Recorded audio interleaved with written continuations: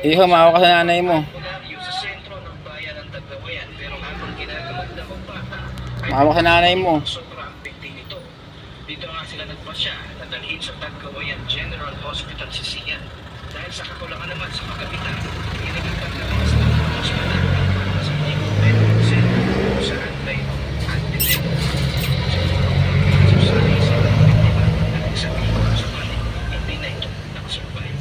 Paalala naman ng naghihinag Dinadakukan yung matanda, tarantado. kung sakaling makagat ng ahas, dalhin ito kaagad sa doktor at tuwag Dinadakukan niya yung matanda, oh. mas mapigyan ng Maawa ka sa nanay mo, eh. Hindi ko nanay ito.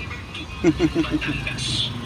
Ano ba yan? Pandemic noong 2020. Asawa ko to. Dalaga naman ang nakagat na makamandag na kiko Ako naman si nanay. sa isang bundok sa Nasugbu, Batangas.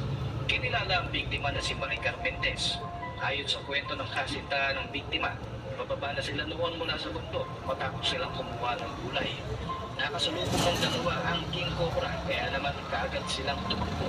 Sa kasamang wala, pinagdagan sa Maricar kaya naman nakagalito ng 2 beses ng makamandag na ahas. Kaagad na hinuli at tinaga ng lalaki ang ahas na ito at pinutol nga nito ang ulo upang masigurong hindi na makakatuklaw pa ito ng iba. Tinalian ng lalaki ang binti ni Maricar at kaagad na humingi ng tulong. Dahil sa kasagsagan ng pandemya, mas pinili ng dalaga Nagkakapatayan na sa gilid, oh. sa albularyo kaysa magpadala sa ospital. Bandang alas 10 ng gabi na makaramdam ng paninigit ng dibdib ang dalaga kaya